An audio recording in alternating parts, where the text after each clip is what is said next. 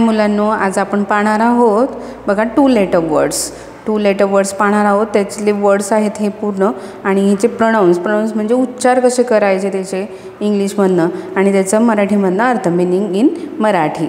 चला तर आपण बघूया.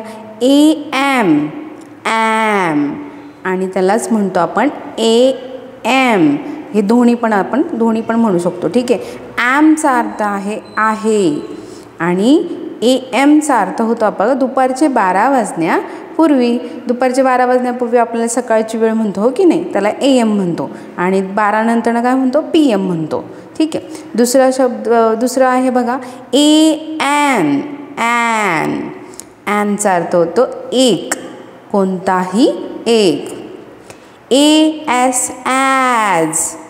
ॲजचा अर्थ होतो म्हणून, जसा, तसा, प्रमाणे, त्यासाठी, जरी. ॲट येथे, कडे, ला, ने, द्वारे. ॲटचा अर्थ असा होतो. इटचा अर्थ होतो ते. इनचा अर्थ होतो आत किंवा मध्ये.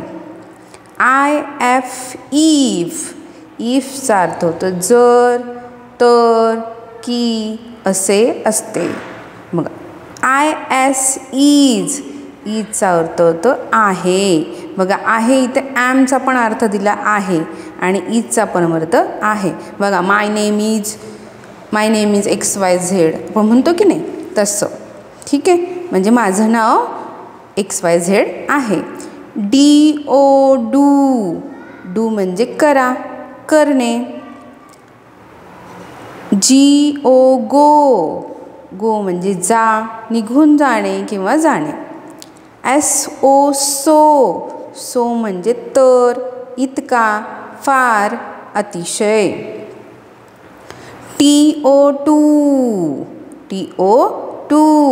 टू म्हणजे ते. आता आपण वरती बघितलं बघा ते. इटचा अर्थ ते होतं, तसं टूचा अर्थ ते होतं. पण टूचे अजून अर्थ आहेत च्याकडे, च्यापर्यंत. ही म्हणजे तो. बघा मुलांसाठी म्हणजे पुरुष दर्शक असेल ना तर आपण काय म्हणतो, सर्वनाम वापरायचं असेल तर हीचा वापर करतो आपण.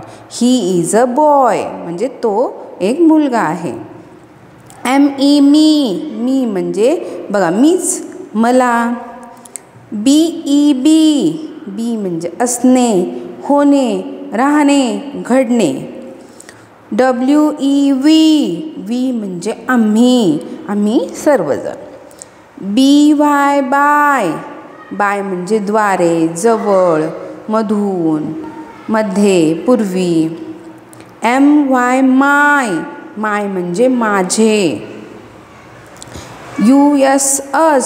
अस म्हणजे आम्हाला.